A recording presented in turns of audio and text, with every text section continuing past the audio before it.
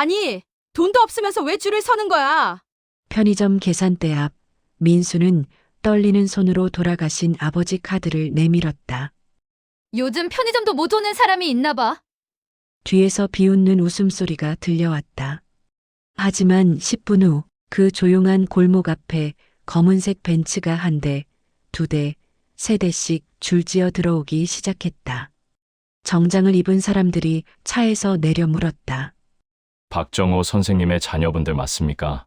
대체 카드 한 장에 무슨 비밀이 있었던 걸까요? 민수는 왜 돌아가신 아버지 카드를 사용했을까요? 사연 시작 전 구독과 좋아요 눌러주시고 이 영상을 어디서 보고 계신지 댓글로 남겨주세요. 끝까지 시청해주시는 분들께 기쁨과 행복이 가득하시길 바랍니다. 사연 시작합니다. 밤 11시 편의점 형광등이 차갑게 빛나고 있었다. 계산대 앞에 선 박민수는 장바구니를 내려놓으며 고개를 숙였다. 24살 다섯 남매의 장남인 그의 손은 떨리고 있었다. 장바구니 안에는 컵라면 3개, 우유 한 팩, 어린이용 감기약 한 통이 전부였다. 계산대 직원이 장바구니를 힐끗 보더니 한숨을 쉬었다. 민수의 청바지 밑단은 해져 있었고 운동화 한쪽 밑창은 벌어져 걸을 때마다 소리가 났다. 직원이 바코드를 찍기 시작했다. 삑삑삑. 기계적인 소리가 울렸고 민수는 주머니 속 지갑을 만지작거렸다. 뒤에 줄 선 사람들이 힐끔힐끔 민수를 쳐다봤다. 한 남자가 휴대폰을 보다가 민수의 옷차림을 훑어보고는 코웃음을 쳤다. 11,500원이요. 직원의 목소리는 차갑고 빨랐다. 민수는 천천히 지갑을 꺼냈다. 낡은 인조가죽 지갑이 형광등 아래에서 빛발했다. 지갑을 여는 순간 직원의 눈빛이 더 차갑게 변했다. 안에는 1,000원짜리 2장과 100원짜리 동전 몇 개가 전부였다. 뒤에서 한숨 소리가 들렸다. 민수는 몸을 더 움츠렸다. 아니, 돈도 없으면서 왜 줄을 서는 거야? 시간 없는 사람도 있는데. 옆 계산대에 서 있던 여자가 친구에게 속삭이듯 말했지만 목소리는 충분히 컸다. 요즘 편의점도 못 오는 사람이 있나 봐.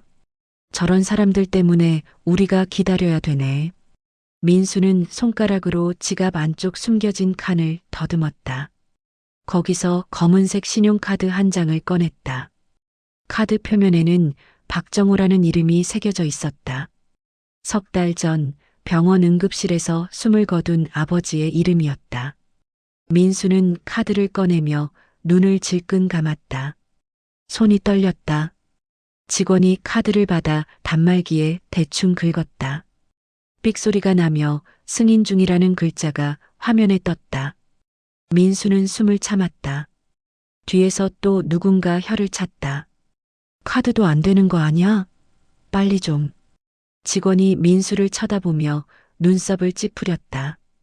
승인이 떨어지기를 기다리는 몇 초가 영원처럼 느껴졌다. 민수의 눈가가 뜨거워졌다.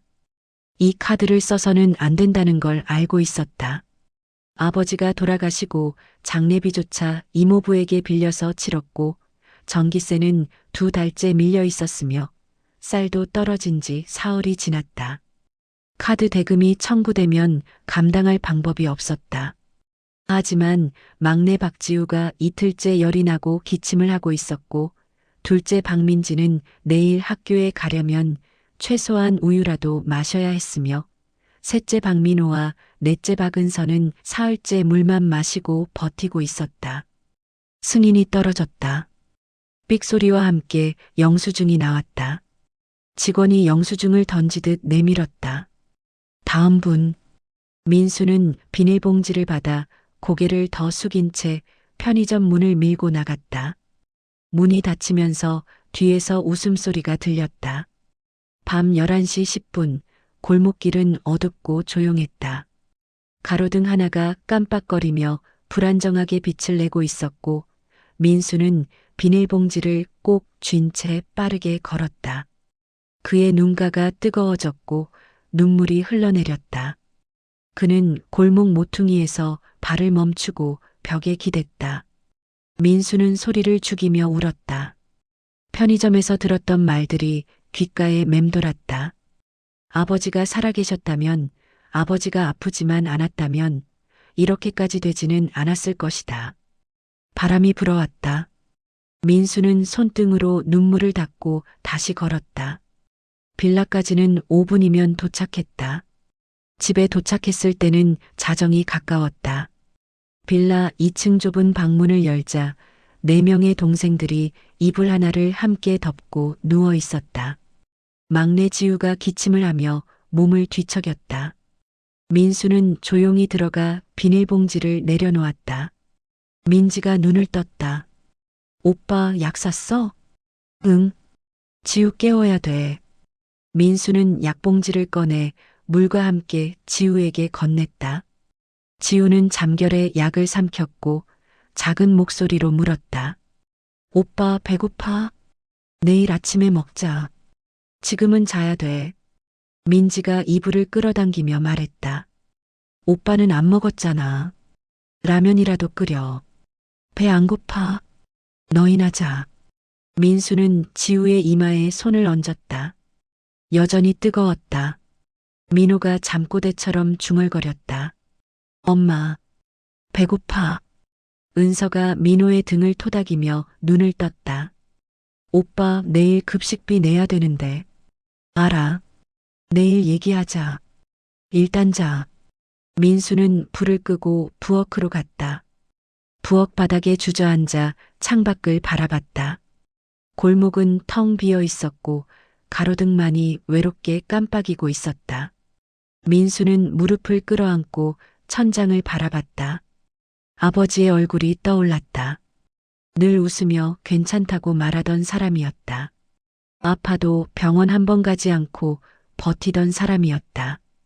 결국 쓰러진 뒤에야 응급실로 실려갔지만 이미 늦었다. 의사는 말했다.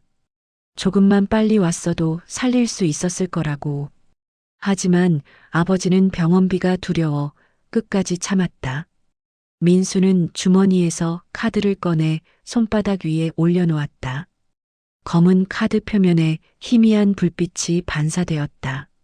아버지, 미안해요. 이 카드 쓰면 안 되는 거 아는데. 민수의 목소리는 떨렸다. 그는 카드를 다시 주머니에 넣고 천천히 일어섰다. 창문 너머 골목은 여전히 조용했다. 아무 일도 일어나지 않을 것 같았다. 그저 내일도 똑같은 하루가 이어질 것만 같았다. 전기세 독촉 문자가 오고 쌀쌀 돈을 걱정하고 동생들 급식비를 어떻게든 마련해야 하는 그런 하루 말이다. 민수는 창문을 닫고 불을 껐다. 어둠 속에서 동생들의 숨소리만이 들렸다. 그는 이불 끝자락을 당겨 몸을 덮고 누웠지만 잠이 오지 않았다. 카드를 긁던 그 순간이 계속 떠올랐다. 단말기에서 승인이 떨어지기를 기다리던 몇 초가 영원처럼 느껴졌다. 그리고 지금 이 순간에도 어딘가에서 알림이 전송되고 있을지 몰랐다. 하지만 민수는 그것이 무엇을 의미하는지 알지 못했다. 민수는 눈을 뜨고 어둠 속을 바라봤다. 시계 초침 소리만이 방 안을 채웠고 골목은 계속 조용했다. 10분이 흘렀다. 아무 일도 일어나지 않는 것처럼 보였다. 하지만 그 순간 골목 어귀에서 낯선 소리가 들리기 시작했다. 엔진 소리였다. 민수는 눈을 떴다. 처음에는 그냥 지나가는 차인 줄 알았다.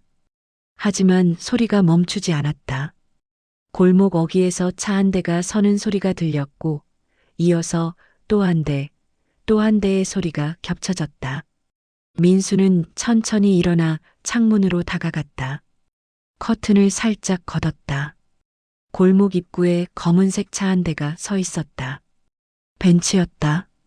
그 뒤로 또 한 대, 그 뒤로 또 한 대가 줄지어 멈춰섰다. 3대, 4대, 5대. 민수는 눈을 비볐다.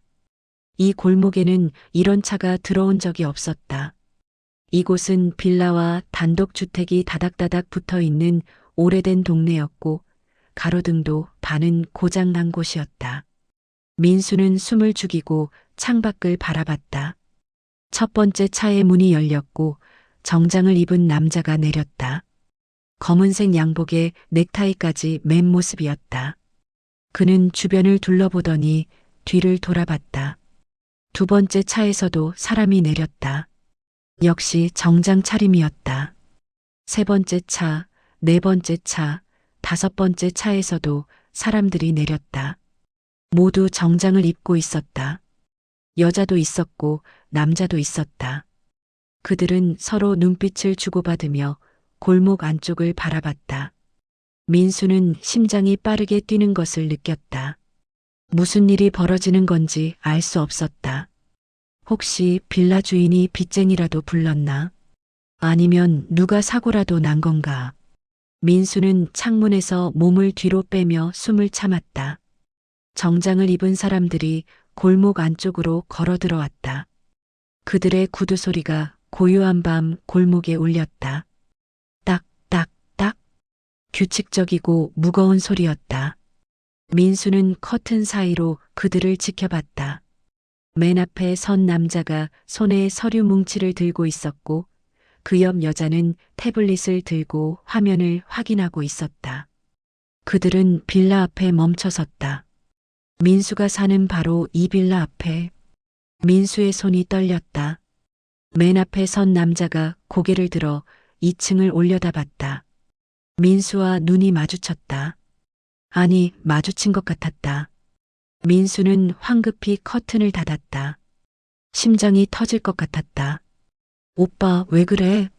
민지가 잠결에 일어나 민수를 바라봤다. 민수는 손가락을 입에 갖다 대며 쉿소리를 냈다.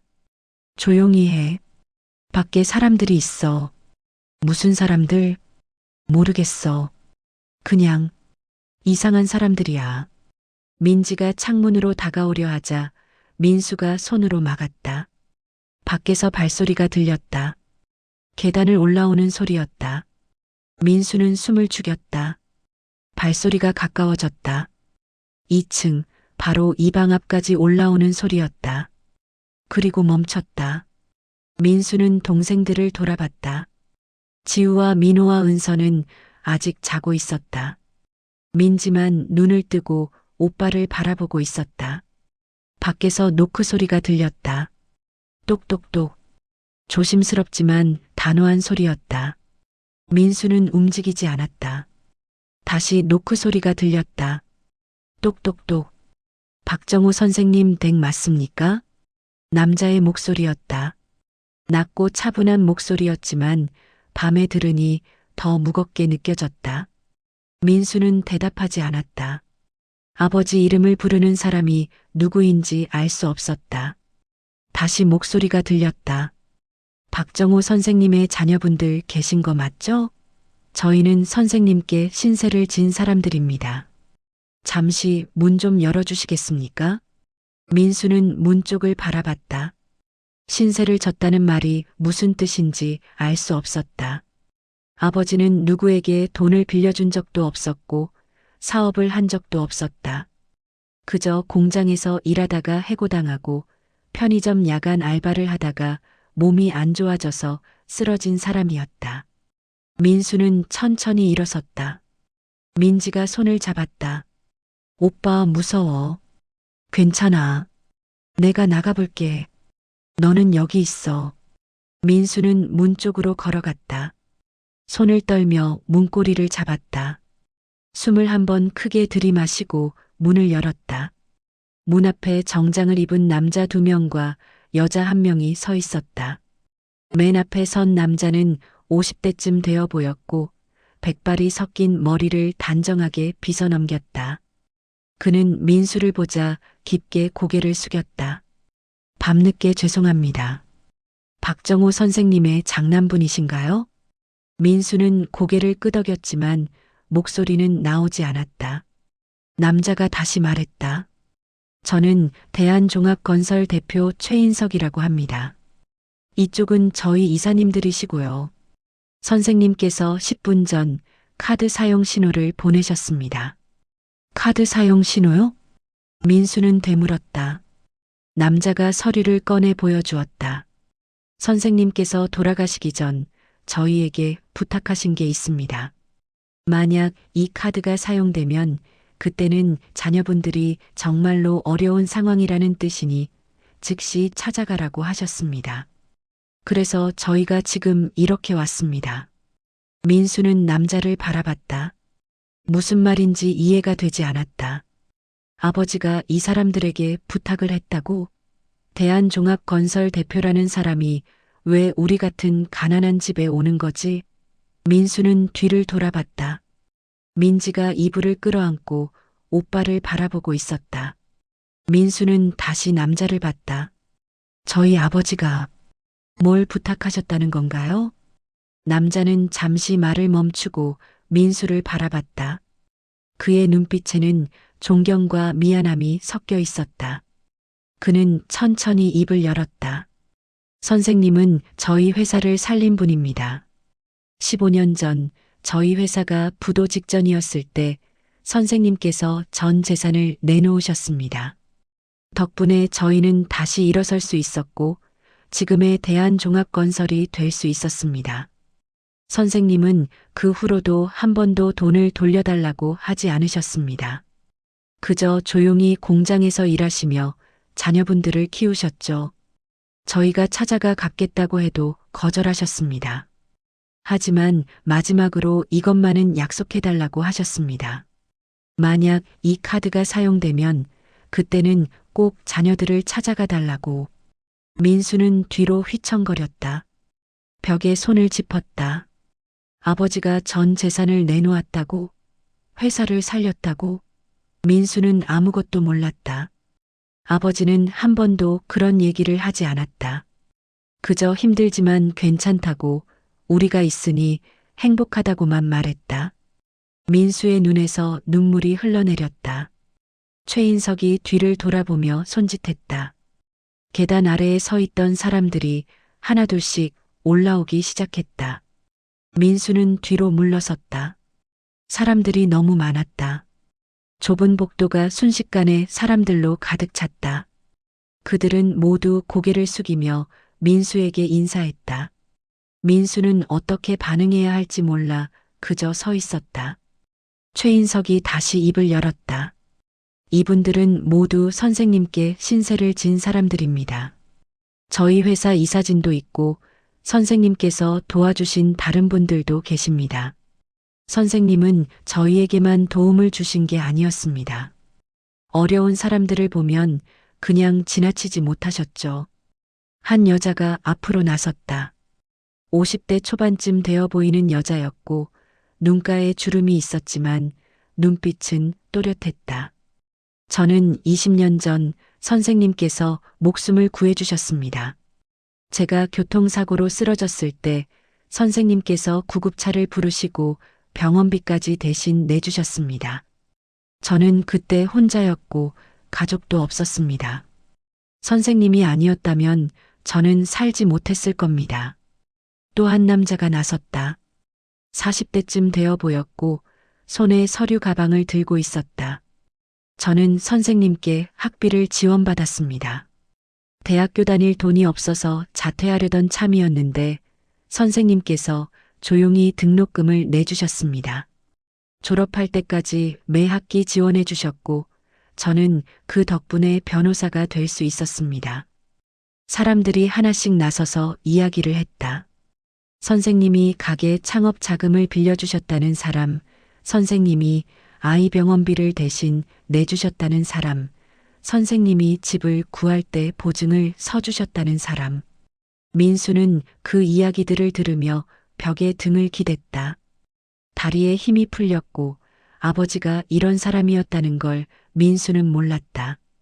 아버지는 늘 우리 집이 어렵다고 했다. 돈이 없다고 했다. 민수가 대학 가고 싶다고 하자 미안하다며 고개를 숙였다. 하지만 다른 사람들에게는 이렇게 많은 도움을 주고 있었다. 민지가 방 안에서 나와 오빠 옆에 섰다. 민지도 사람들의 이야기를 듣고 있었다. 눈에 눈물이 가득했다. 최인석이 민수를 바라보며 말했다. 선생님은 자신의 이름이 알려지는 걸 원하지 않으셨습니다. 도와주고 나서도 절대 연락처를 남기지 않으셨고 저희가 찾아가려 해도 피하셨습니다. 그래서 저희는 선생님께서 돌아가셨다는 소식을 듣고도 장례식장을 찾을 수 없었습니다. 선생님께서 마지막으로 남기신 게 이 카드였습니다. 만약 이 카드가 사용되면 그때는 자녀분들이 정말 힘든 상황이니 꼭 찾아가서 도와드리라고 하셨습니다. 민수는 주머니에서 카드를 꺼냈다. 검은 카드가 손 안에서 무겁게 느껴졌다. 민수는 카드를 바라보며 눈물을 흘렸다. 아버지는 알고 있었다. 자신이 떠나고 나면 아이들이 얼마나 힘들지 알고 있었다. 그래서 이 카드를 남겨둔 것이었다. 마지막 순간까지 아이들을 지키려 했던 것이었다. 아버지. 민수의 목소리가 떨렸다. 최인석이 민수의 어깨에 손을 얹었다. 선생님은 평생 다른 사람들을 도우며 사셨습니다. 이제는 저희가 선생님의 자녀분들을 도울 차례입니다. 선생님께서 저희에게 주신 것들을 이제 돌려드리고 싶습니다. 밖에서 또 차 소리가 들렸다. 민수는 창문으로 다가가 커튼을 걷었다. 골목 입구에 또 다른 차들이 들어오고 있었다.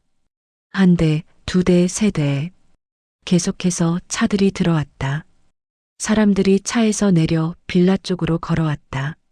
민수는 그 광경을 바라보며 숨을 멈췄다. 이 좁은 골목이 이렇게 많은 사람들로 가득 찬 적이 한 번도 없었다. 계단을 올라오는 발소리가 계속 들렸다. 복도가 더 붐볐다. 사람들은 모두 조용히 고개를 숙이며 민수를 바라봤다. 한 남자가 앞으로 나섰다. 60대쯤 되어 보이는 남자였고 지팡이를 짚고 있었다. 저는 30년 전 선생님과 함께 공장에서 일했습니다. 제가 산업재해를 당했을 때 회사는 저를 버렸습니다. 하지만 선생님은 매달 제 집에 찾아오셔서 생활비를 주셨습니다. 저는 그 돈으로 아이들을 키웠고 지금 그 아이들이 잘 자라서 저를 모시고 있습니다. 선생님이 아니었다면 저희 가족은 무너졌을 겁니다. 또 한 여자가 나섰다. 젊은 여자였고 아기를 안고 있었다. 저는 선생님께 직접 도움을 받은 건 아닙니다. 하지만 제 어머니가 선생님께 도움을 받았습니다.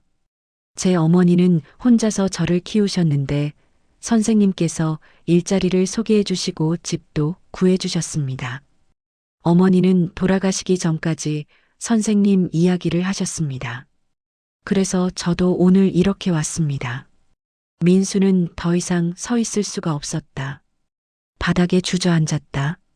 민지가 옆에 앉아 오빠의 손을 잡았다. 방 안에서 지우가 기침을 하며 일어났다. 민호와 은서도 눈을 비비며 일어났다. 아이들은 복도에 가득 찬 사람들을 보고 놀란 표정을 지었다. 최인석이 아이들을 보며 무릎을 꿇었다. 선생님의 자녀분들, 이제는 혼자가 아닙니다. 저희가 있습니다. 선생님께서 저희에게 주신 것처럼 이제 저희가 여러분을 지킬 차례입니다. 복도에 있던 모든 사람들이 고개를 숙였다. 민수는 그 모습을 보며 소리내어 울었다. 아버지는 가난하지 않았다. 돈은 없었지만 가난하지 않았다.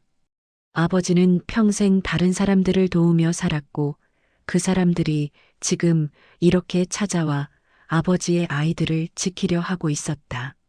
민수는 주머니에서 카드를 꺼내 두 손으로 꼭 쥐었다. 아버지가 남긴 마지막 선물이었다. 혼자가 아니라는 것을, 사랑받고 있다는 것을 보여주기 위한 선물이었다. 최인석이 서류 가방을 열었다. 안에서 두꺼운 봉투 하나를 꺼내 민수에게 건넸다. 민수는 떨리는 손으로 봉투를 받았다. 봉투 겉면에는 아버지의 필체로 쓰인 글씨가 있었다. 민수에게. 민수는 봉투를 뜯었다. 안에는 편지 한 장과 서류 몇 장이 들어 있었다. 민수는 편지를 펼쳤다. 아버지의 글씨였다. 삐뚤삐뚤하지만 또렷한 글씨였다. 민수는 편지를 읽기 시작했다. 민수야, 이 편지를 읽고 있다는 건 내가 너희 곁에 없다는 뜻이겠지. 미안하다. 아빠가 더 오래 살아서 너희를 지켜주지 못해서. 하지만 아빠는 너희가 혼자가 아니라는 걸 꼭 알려주고 싶었다. 아빠는 평생 남을 도우며 살았어. 그게 옳은 일이라고 믿었으니까. 돈은 없었지만 마음만은 부자로 살고 싶었어. 너희에게 좋은 것을 사주지 못했고 대학도 보내주지 못했지만 아빠는 후회하지 않는다. 아빠가 도운 사람들이 너희를 도울 거야. 그게 아빠가 남긴 진짜 유산이야. 사랑한다, 민수야. 그리고 미안하다. 민수는 편지를 다 읽고 얼굴을 가렸다. 어깨가 흔들렸다. 민지가 편지를 받아 읽었다. 민지도 눈물을 흘렸다. 최인석이 조용히 말했다. 선생님은 돌아가시기 한 달 전 저를 찾아오셨습니다. 그때 이 편지와 함께 부탁을 하셨죠. 만약 이 카드가 사용되면 그날 밤 바로 찾아가서 이 봉투를 전해달라고요. 민수는 서류를 꺼냈다. 첫 번째 서류는 은행 통장 사본이었다. 민수는 숫자를 보고 눈을 의심했다. 2천만 원. 통장에 2천만 원이 입금되어 있었다. 민수는 최인석을 바라봤다. 이게 뭔가요? 선생님께서 저희 회사에 투자하신 돈입니다. 당시 선생님은 전 재산인 500만 원을 저희에게 주셨습니다. 저희는 그 돈으로 회사를 다시 일으켰고 지금은 수백억 규모의 회사가 되었습니다. 선생님께서 받으셔야 할 배당금과 이자를 계산하면 이 금액보다 훨씬 많습니다. 하지만 선생님은 받기를 거부하셨고 돌아가시기 전에야 이것만은 아이들을 위해 받아두라고 하셨습니다. 민수는 통장을 내려다봤다. 2천만 원. 전기세를 낼 수 있고 쌀을 살 수 있고 동생들 급식비를 낼 수 있고 지우 병원비를 낼 수 있는 돈이었다. 민수는 다음 서류를 펼쳤다. 집 등기부등본이었다. 민수는 주소를 확인했다. 이 빌라의 주소였다. 이것도 선생님께서 구매하신 겁니다. 3년 전 저희가 선생님을 찾아뵀을 때 월세로 사신다는 걸 알았습니다. 저희가 집을 사드리겠다고 했지만 선생님은 거절하셨습니다. 그래서 저희는 건물주를 찾아가 협상했습니다. 선생님 명의로 이 집을 구매했고 선생님께는 비밀로 했습니다. 선생님이 돌아가시면 자녀분들에게 이 사실을 알려드리라고 건물주에게 부탁했습니다. 민수는 등기부등본을 보며 입술을 떨었다. 아버지 이름이 적혀 있었다. 박정호. 이 집은 우리 집이었다. 민수는 몰랐다. 아버지도 몰랐다. 하지만 아버지가 도운 사람들이 조용히 이 모든 것을 준비하고 있었다. 민수는 다음 서류를 펼쳤다. 장학금 지원서였다. 민수와 민지, 민호, 은서, 지우의 이름이 모두 적혀 있었다. 이건 변호사 자격증을 가진 남자가 앞으로 나섰다. 제가 준비했습니다. 선생님께서 제 학비를 지원해 주셨듯이 이제 제가 선생님의 자녀분들 학비를 지원하겠습니다. 대학 졸업까지 전액 장학금입니다. 원하는 학교, 원하는 전공 선택하시면 됩니다. 민수는 서류를 떨어뜨렸다. 종이가 바닥에 흩어졌다. 민수는 두 손으로 얼굴을 가리고 울었다. 소리를 내어 울었다. 민지도 울었다. 방 안에서 지우와 민호와 은서가 나와 오빠들을 안았다. 5 남매가 복도에 앉아 함께 울었다. 최인석이 무릎을 꿇고 아이들을 바라봤다. 선생님은 평생 혼자 힘으로 버티셨습니다. 아무에게도 도움을 청하지 않으셨죠. 하지만 마지막 순간 선생님은 저희를 믿어주셨습니다. 이 카드를 남기시면서 말씀하셨습니다. 아이들이 이 카드를 쓰는 날, 그날은 정말 힘든 날일 거라고. 그러니 그날만큼은 아이들 곁에 있어 달라고. 민수는 카드를 꺼내 바라봤다. 편의점에서 이 카드를 긁을 때 민수는 죄책감에 눈물을 흘렸다. 아버지를 배신하는 것 같았다. 하지만 이 카드는 배신이 아니었다. 아버지가 남긴 마지막 사랑이었다. 혼자가 아니라는 것을 보여주기 위한 아버지의 마지막 선물이었다. 민수는 카드를 가슴에 안았다. 복도에 있던 사람들이 하나씩 다가와 아이들의 어깨에 손을 얹었다. 누군가는 머리를 쓰다듬었고 누군가는 손을 잡았다. 아무도 말하지 않았다. 그저 함께 있어 주었다. 민수는 고개를 들어 사람들을 바라봤다. 낯선 얼굴들이었지만 낯설지 않았다. 모두 아버지가 사랑한 사람들이었고 아버지를 사랑한 사람들이었다. 그리고 이제 이 사람들이 민수와 동생들을 사랑해 주려 하고 있었다. 최인석이 주머니에서 명함을 꺼냈다. 민수에게 건넸다. 앞으로 어떤 일이 있어도 연락하세요. 전기세든 병원비든 학비든 무엇이든 연락하세요. 선생님께서 저희에게 주신 것을 이제 돌려드릴 시간입니다. 여러분은 혼자가 아닙니다. 민수는 명함을 받아들었다. 명함 위에 눈물이 떨어졌다. 민수는 고개를 끄덕였고 목이 메어 말이 나오지 않았다. 최인석이 일어서며 다른 사람들을 돌아봤다. 사람들이 하나둘씩 고개를 숙이고 계단을 내려가기 시작했다. 복도가 조금씩 비었다. 하지만 그들이 남기고 간 온기는 여전히 남아 있었다.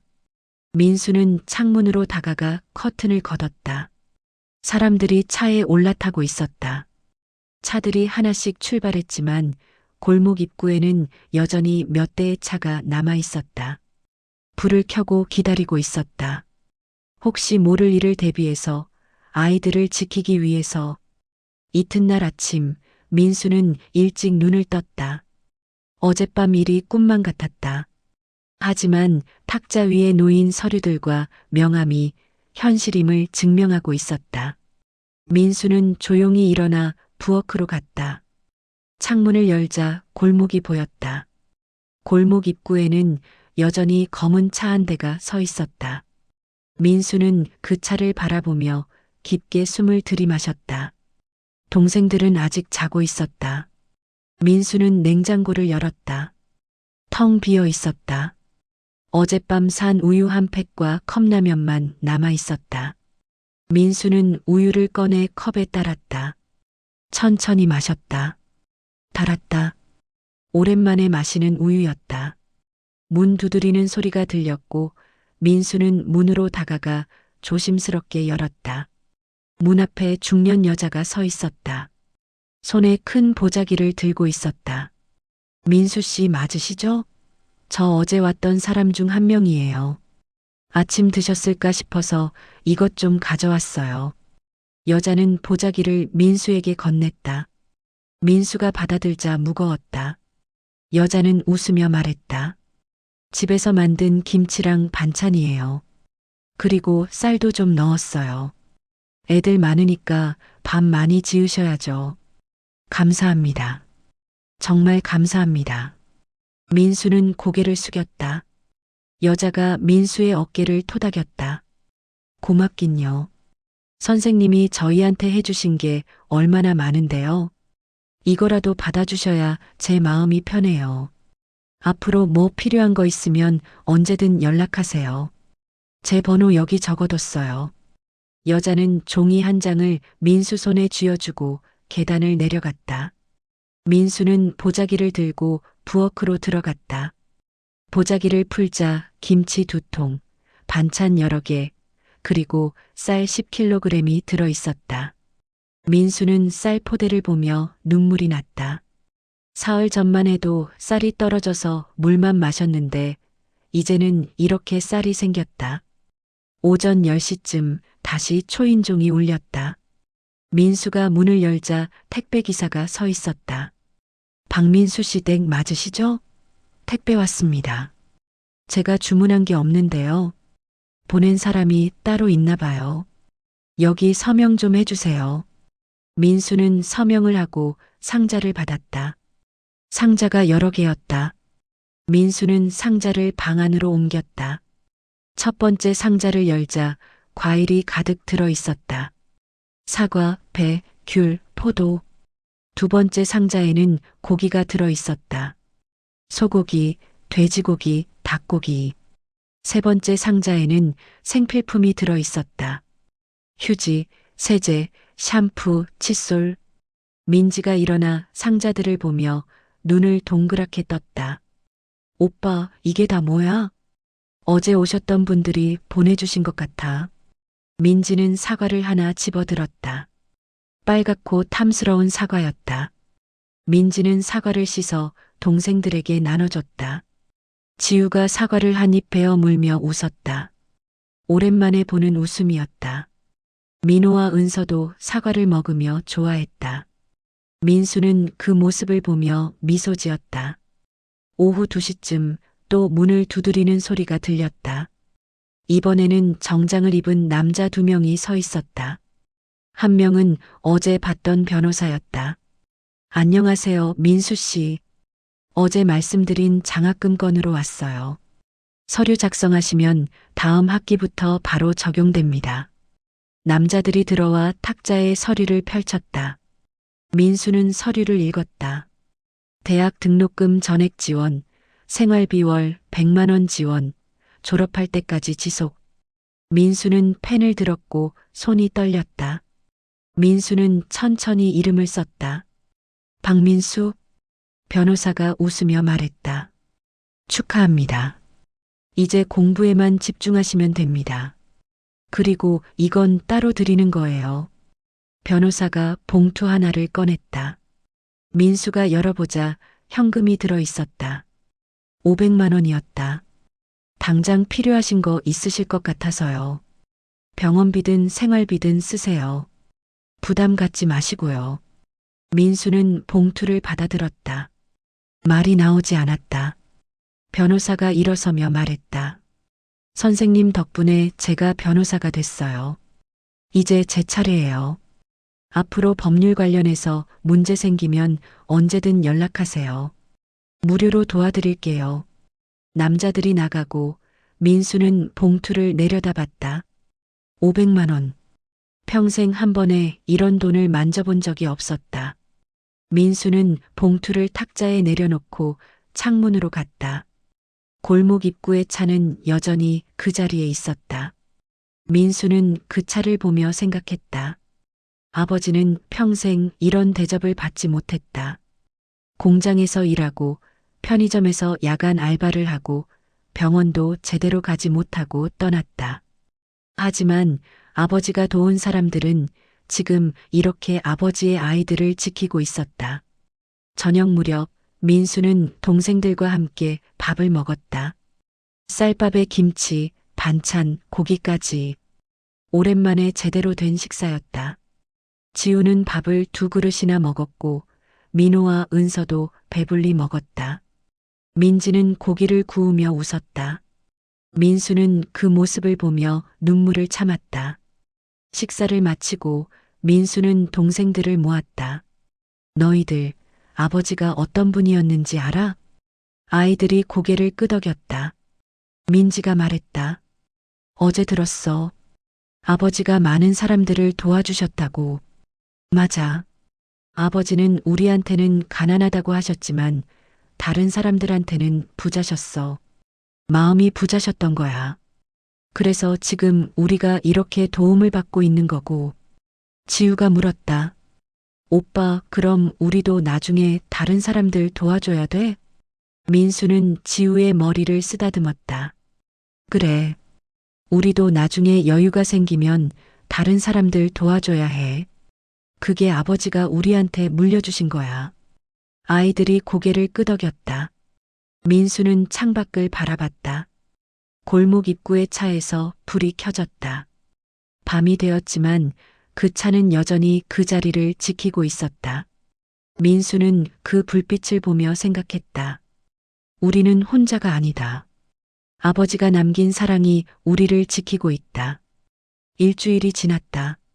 민수는 동생들과 함께 아버지 묘소를 찾았다. 작은 공원 묘지였다. 언덕 중턱에 자리한 소박한 묘였다. 민수는 묘비 앞에 무릎을 꿇고 앉았고 동생들도 나란히 앉았다. 묘비에는 아버지 이름이 새겨져 있었다. 박정호. 민수는 손으로 묘비를 쓸었다. 차갑고 단단한 돌이었다. 아버지. 민수의 목소리는 떨렸다. 바람이 불어오고 나뭇잎이 흔들렸다. 저 이제야 알았어요. 아버지가 왜 그렇게 사셨는지. 왜 우리한테는 가난하다고 하시면서 다른 사람들은 그렇게 도와주셨는지. 민지가 손으로 눈물을 닦았다. 지우가 묘비에 손을 얹었다. 아버지, 저 이제 안 아파요. 약 먹고 나았어요. 민호가 작은 목소리로 말했다. 아버지, 저희 이제 밥 많이 먹어요. 고기도 먹고 과일도 먹어요. 은서가 묘비를 안으며 울었다. 아버지 보고 싶어요. 정말 보고 싶어요. 민수는 아이들을 바라봤다. 아이들은 모두 울고 있었고 민수도 눈물을 흘렸다. 바람이 다시 불어왔다. 따뜻한 바람이었다. 민수는 하늘을 올려다봤다.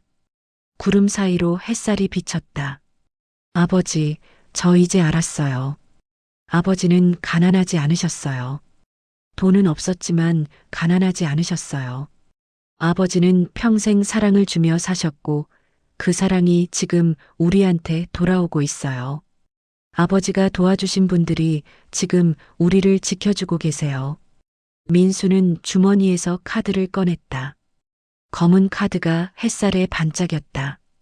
민수는 카드를 묘비 앞에 내려놓았다. 이 카드 쓸 때 정말 무서웠어요. 죄를 짓는 것 같았어요. 아버지를 배신하는 것 같았어요. 근데 이게 아버지가 남기신 마지막 선물이었네요. 우리가 혼자가 아니라는 걸 보여주시려고 남겨두신 거였죠. 민지가 오빠 옆에 앉으며 말했다. 오빠 아버지한테 사과할 필요 없어. 아버지는 오빠가 그 카드 쓰기를 바라셨을 거야. 그래야 우리를 도와줄 수 있으니까. 민수는 민지를 바라봤다. 민지가 웃었다. 눈물을 흘리면서도 웃고 있었고 민수도 웃었다. 지우와 민호와 은서도 따라 웃었다. 5 남매가 아버지 묘 앞에서 울면서 웃었다. 바람이 불고 나뭇잎이 떨어졌다. 노란 은행잎이 묘비 위에 살포시 내려앉았다. 민수는 가방에서 편지 한 장을 꺼냈다. 어젯밤 쓴 편지였다. 민수는 편지를 펼쳐 읽기 시작했다. 아버지, 저 민수입니다. 이 편지를 쓰는 게 맞는지 모르겠지만 아버지한테 꼭 하고 싶은 말이 있어서 이렇게 씁니다. 아버지, 저 이제 대학 갈 수 있어요. 아버지한테 대학 가고 싶다고 했을 때 아버지가 미안하다고 하셨던 거 기억해요. 그때 저 아버지 원망했어요. 왜 우리 집은 이렇게 가난한지, 왜 다른 애들처럼 살 수 없는지 원망했어요. 정말 죄송해요, 아버지. 이제야 알았어요. 아버지가 얼마나 대단한 분이셨는지. 돈은 없었지만 마음은 부자셨다는 걸. 저도 아버지처럼 살고 싶어요. 남을 도우며 살고 싶어요. 그게 아버지가 우리한테 물려주신 진짜 유산이잖아요. 민수는 편지를 다 읽고 묘비 앞에 내려놓았다. 바람이 불어 편지가 살짝 날렸다. 민수가 돌로 편지를 눌렀다. 민지가 가방에서 꽃 한 송이를 꺼냈다. 빨간 카네이션이었다. 민지는 꽃을 묘비 앞에 놓았다. 지우와 민호와 은서도 각자 준비한 꽃을 놓았다. 묘비 앞에 꽃이 5송이 놓였다. 5 남매가 준비한 5송이 꽃이었다. 민수가 일어섰고 동생들도 따라 일어섰다. 5명이 나란히 서서 묘비를 향해 절을 했다. 깊게 고개를 숙였다. 일어섰을 때 민수는 뒤를 돌아봤다. 언덕 아래에 검은 차 한 대가 서 있었다. 최인석이 차에서 내려 이쪽을 바라보고 있었다. 그는 고개를 숙여 인사했다. 민수도 고개를 숙였다. 최인석이 천천히 언덕을 올라왔다. 민수 옆에 섰다. 함께 묘비를 바라봤다. 선생님, 안녕하십니까? 저 최인석입니다. 선생님 덕분에 여기까지 왔습니다. 감사합니다. 최인석은 깊게 절을 했다. 일어서서 민수를 바라봤다. 민수 씨, 선생님께서 저한테 마지막으로 하신 말씀이 있어요. 아이들이 혼자라고 느끼지 않게 해달라고 하셨어요. 세상이 차갑다고 느끼지 않게 해달라고요. 저희가 그 약속 지키겠습니다. 민수는 고개를 끄덕였고 목이 메어 말이 나오지 않았다. 최인석이 민수의 어깨에 손을 얹었다. 선생님은 평생 혼자 버티셨어요. 누구한테도 기대지 않으셨죠. 하지만 이제 민수 씨는 혼자가 아니에요. 기대도 되고 도움도 청해도 돼요. 그게 선생님이 바라신 거예요. 민수는 눈물을 닦았다. 최인석이 가방에서 두꺼운 책 한 권을 꺼내 민수에게 건넸다. 이건 선생님께서 도와주신 사람들 명단이에요. 전부 다 적은 건 아니고 저희가 찾아낸 사람들만 적었어요. 137명이에요. 선생님께서 도와주신 사람들이요. 이 사람들 모두 민수 씨와 동생분들을 알고 있어요. 언제든 연락하세요. 모두 기다리고 있어요. 민수는 책을 받아들었다. 무거웠다. 민수는 책을 펼쳤다. 첫 페이지에 최인석의 이름이 있었다. 두 번째 페이지, 세 번째 페이지. 이름들이 빼곡히 적혀 있었다. 137명. 아버지가 평생 도운 사람들이었다. 민수는 책을 닫고 가슴에 안았다. 감사합니다. 민수의 목소리는 작았지만 단단했다. 최인석이 웃었다. 저희가 더 감사하죠. 선생님 덕분에 여기까지 왔으니까요. 최인석이 묘비를 향해 다시 절을 했다. 일어서서 언덕을 내려갔다. 민수는 그의 뒷모습을 바라봤다. 최인석이 차에 올라탔고 차가 천천히 출발했다. 민수는 다시 묘비를 바라봤다. 아버지 이름이 햇살에 빛났다. 아버지, 저희 잘 살게요. 아버지처럼 살게요. 약속할게요. 민수는 동생들을 돌아봤다. 아이들이 고개를 끄덕였다. 다섯 남매가 손을 잡고 함께 언덕을 내려갔다. 하늘은 맑고 바람은 따뜻했다. 아버지가 남긴 사랑이 그들을 감싸고 있었다. 한 달이 지났다. 민수는 대학 입학 원서를 작성하고 있었다. 책상 위에는 장학금 서류가 놓여 있었고 노트북 화면에는 입학 지원 페이지가 떠 있었다. 민수는 전공을 선택하는 칸을 바라봤다. 손가락이 키보드 위에서 멈췄다. 무엇을 선택해야 할까 고민하다 민수는 창밖을 바라봤다. 골목은 예전과 달랐다. 가로등이 모두 새 것으로 교체되었고 골목 입구에는 CCTV가 설치되어 있었다. 최인석이 보낸 사람들이 일주일 전에 작업을 마쳤다. 이제 이 골목은 안전했다. 민수는 책상 서랍을 열었다. 아버지가 남긴 편지를 꺼냈다. 다시 한번 읽었다. 아빠가 도운 사람들이 너희를 도울 거야. 그게 아빠가 남긴 진짜 유산이야. 민수는 편지를 접어 가슴에 넣었다. 그리고 노트북으로 돌아왔다. 전공 선택칸에 커서를 올렸다. 민수는 천천히 타이핑했다. 사회복지학과. 민수는 엔터를 눌렀고 화면이 넘어갔다. 민수는 웃었다. 거실에서 동생들의 목소리가 들렸다. 민수는 방문을 열고 나갔다. 민지가 부엌에서 저녁을 준비하고 있었고 지우와 민호와 은서는 거실 탁자에 앉아 숙제를 하고 있었다. 평범한 저녁 풍경이었다. 하지만 한 달 전과는 달랐다. 냉장고에는 음식이 가득했고 아이들 얼굴에는 웃음이 있었다. 민수는 탁자에 앉았다. 너희들, 내가 할 얘기가 있어.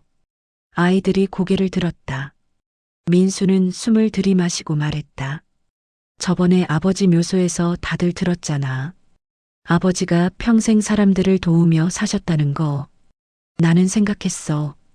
우리도 그렇게 살아야 하지 않을까? 민지가 고개를 끄덕였다. 나도 그렇게 생각했어, 오빠. 그래서 내가 결정했어. 나는 대학에서 사회복지를 공부할 거야. 나중에 어려운 사람들을 돕는 일을 하고 싶어. 아버지처럼. 지우가 손을 들었다. 오빠, 그럼 나도 나중에 의사 될래. 아픈 사람들 고쳐주고 싶어. 민호가 말했다. 나는 선생님 될래. 공부 못하는 애들 가르쳐주고 싶어. 은서가 작은 목소리로 말했다. 나는 요리사 될래. 배고픈 사람들한테 밥 해주고 싶어. 민수는 동생들을 바라봤다. 아이들의 눈빛이 반짝였다. 민수는 웃었다. 좋아. 우리 다섯이서 힘을 합쳐서 세상을 조금이라도 따뜻하게 만들자. 아버지가 그러셨던 것처럼. 민지가 일어나 오빠를 안았다. 다른 동생들도 일어나 함께 안았다. 다섯 남매가 하나로 뭉쳤다. 민수는 동생들을 꼭 안았다. 따뜻했다. 저녁 식사를 마치고 민수는 혼자 밖으로 나갔다. 골목을 걸었다. 새로 설치된 가로등이 환하게 골목을 밝히고 있었다. 민수는 골목 끝까지 걸어갔다. 큰 길이 나왔고 사람들이 오가고 있었다. 민수는 그 사람들을 바라봤다. 저 사람들 중에도 힘든 사람이 있을 것이다. 도움이 필요한 사람이 있을 것이다. 민수는 주머니에 손을 넣었다. 최인석이 준 명함이 만져졌다. 민수는 명함을 꺼내 보았다. 명함 뒷면에는 손글씨로 메시지가 적혀 있었다. 언제든 연락하세요. 우리는 당신 편입니다. 민수는 명함을 다시 주머니에 넣었고 걸음을 옮겼다. 편의점이 보였다. 한 달 전 아버지 카드를 쓴 그 편의점이었다. 민수는 편의점 앞에 섰다. 유리문 너머로 계산대가 보였다. 그날 밤 자신을 차갑게 대했던 직원은 보이지 않았다. 다른 직원이 일하고 있었다. 민수는 문을 열고 들어갔다. 직원이 웃으며 인사했다. 어서 오세요. 민수는 고개를 끄덕이고 진열대 사이를 걸었다. 컵라면 코너 앞에 섰다. 한 달 전 세 개를 집었던 그 자리였다. 민수는 라면 하나를 집어 계산대로 갔다. 직원이 바코드를 찍었다. 1,200원입니다. 민수는 지갑을 꺼냈다. 지갑 안에는 지폐 여러 장이 들어 있었고 그중 1,000원짜리 2장을 꺼내 직원에게 건넸다. 직원이 거스름 돈을 돌려줬다. 민수는 라면을 받아들고 편의점을 나왔다. 밖으로 나오자 바람이 불었고 시원했다. 민수는 골목으로 돌아왔고 집 앞에 도착했을 때 민수는 계단 앞에 앉았다. 하늘을 올려다보니 많은 별이 빛나고 있었다. 민수는 그 별들을 세기 시작했다. 하나, 둘, 셋. 137개는 세지 못했지만 별은 계속 빛나고 있었다. 민수는 생각했다. 아버지가 도운 137명도 저 별들처럼 각자의 자리에서 빛나고 있을 것이다. 그리고 그들이 도운 사람들도 또 그 사람들이 도운 사람들도 어딘가에서 빛나고 있을 것이다. 민수는 일어서서 집으로 들어갔다. 동생들은 잠들 준비를 하고 있었다. 민수는 자기 방으로 들어가 책상 위에 놓인 입학원서를 보았다. 제출 버튼을 누를 준비가 되어 있었다. 민수는 마우스를 들어 클릭했다. 화면에 메시지가 떴다. 제출이 완료되었습니다. 민수는 노트북을 덮고 창밖을 바라봤다. 골목은 환했고 어둠은 없었다. 민수는 침대에 누워 천장을 바라봤다. 아버지 목소리가 들리는 것 같았다. 잘했다, 민수야. 아빠가 자랑스럽다. 민수는 눈을 감았다. 눈물이 흘렀지만 슬픈 눈물은 아니었다. 민수는 웃으며 울었다. 아버지가 남긴 사랑이 민수를 감싸고 있었다. 그 사랑 속에서 민수는 잠들었다. 편안한 잠이었다. 1년이 흐르고 봄이었다. 벚꽃이 피는 계절이었다. 민수는 대학교 교정을 걷고 있었고 손에는 책 몇 권이 들려 있었다. 사회복지 관련 책들이었다. 민수는 벤치에 앉아 책을 폈다. 봄바람이 불어오고 벚꽃잎이 떨어졌다. 민수의 책 위에 꽃잎 하나가 내려앉았다. 민수는 꽃잎을 집어들고 손바닥 위에 올려놓고 바라봤다. 작고 연한 꽃잎이었다. 바람이 불면 날아가 버릴 것 같았지만 지금은 민수 손 안에 있었다. 휴대폰이 울리고 민수는 휴대폰을 꺼냈다. 민지에게서 온 문자였다. 오빠, 나 오늘 학교에서 상 받았어. 모범상이래. 선생님이 칭찬해 주셨어. 민수는 웃으며 답장을 보냈다. 축하해. 오늘 저녁은 내가 살게. 민수는 휴대폰을 주머니에 넣고 다시 책을 폈다. 읽다가 고개를 들었다. 교정 저편에서 학생들이 웃으며 걷고 있었다. 평범한 대학 풍경이었다. 민수는 그 모습을 보며 생각했다. 1년 전 자신은 이런 풍경을 꿈도 꾸지 못했지만 지금은 여기 있었다. 수업이 끝나고 민수는 지하철을 탔다. 집으로 가는 길이었다. 지하철 안에서 민수는 창밖을 바라봤다. 어둠 속을 달리는 지하철이었지만 민수는 어둡다고 느끼지 않았다. 지하철이 역에 도착했고 민수는 내렸다. 계단을 올라 지상으로 나왔다. 해가 지고 하늘이 붉게 물들었다. 민수는 그 하늘을 보며 걸었다. 골목은 여전히 환했고 가로등이 밝게 빛나고 있었다. 집 앞에 도착했을 때 민수는 계단에 앉았다. 하늘을 올려다봤고 해가 완전히 지고 있었다. 붉은 빛이 점점 사라지고 보랏빛이 번졌다. 민수는 그 색을 보며 숨을 들이마셨다. 공기가 따뜻했고 봄 냄새가 났다. 오빠, 민지의 목소리가 들렸다. 민수는 고개를 돌렸고 민지가 동생들과 함께 골목으로 들어오고 있었다. 지우는 뛰어오고 있었고 민호와 은서는 손을 잡고 걸어오고 있었다. 민수는 일어나 동생들을 맞았다. 지우가 민수에게 안겼다. 오빠, 나 오늘 받아쓰기 100점 맞았어. 진짜? 우리 지우 대단한데? 민호가 가방을 내려놓으며 말했다. 오빠 배고파? 저녁 뭐 먹어? 오늘은 민지 상 받은 날이니까 특별히 치킨 시켜줄까? 은서가 손뼉을 쳤다. 와, 치킨. 민수는 동생들과 함께 집으로 들어갔고 문을 열자 집안이 따뜻했다. 거실에 불이 켜져 있었고 민수는 불을 더 밝혔다. 동생들이 각자 가방을 내려놓고 거실에 모였다. 민수는 휴대폰으로 치킨을 주문했다. 30분 후 도착한다고 했다. 민수는 휴대폰을 내려놓고 동생들을 바라봤다.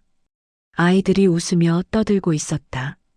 학교에서 있었던 일들을 이야기하고 있었고 민수는 그 모습을 보며 웃었다. 치킨이 도착했다.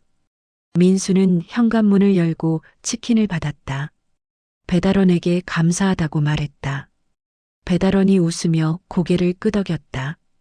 민수는 치킨을 들고 거실로 갔다. 탁자 위에 치킨을 내려놓자 동생들이 환호했다. 민수는 그릇을 꺼내 치킨을 나눠 담았고 5명이 둘러앉아 함께 먹었다. 맛있었다.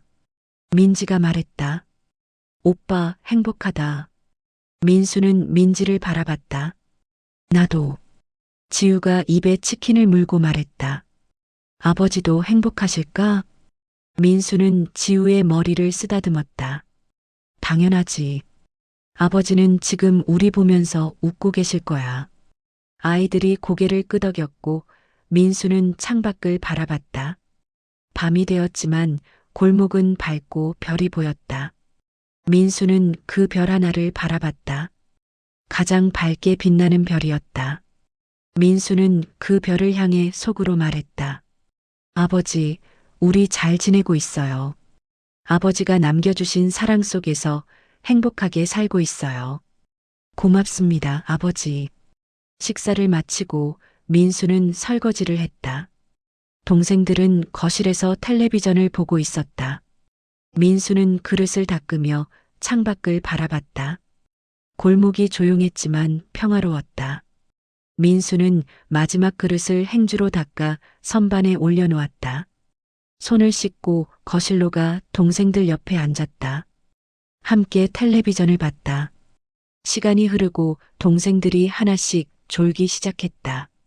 민수는 텔레비전을 끄고 동생들을 방으로 데려갔다.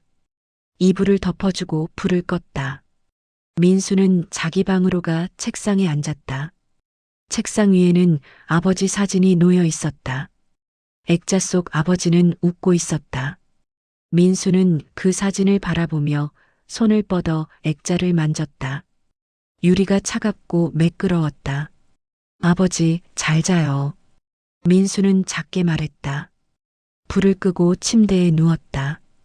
어둠 속에서 민수는 눈을 감았지만 마음은 밝았다. 아버지가 남긴 빛이 여전히 민수를 비추고 있었다. 그 빛은 사라지지 않을 것이었다. 민수는 그 빛 속에서 잠들었다. 밖에서는 바람이 불고 나뭇잎이 흔들렸다. 별은 여전히 빛나고 있었다. 진짜 부자는 많이 가진 사람이 아니라 많이 나눈 사람이다. 박정호, 그는 진짜 부자였다. 여러분도 오늘부터 진짜 부자가 되어 보세요. 오늘의 이야기는 어떠셨나요? 이 이야기가 마음에 닿았다면 구독과 좋아요, 댓글 부탁드립니다. 다음 영상도 인생극장에서 또 만나요. 감사합니다.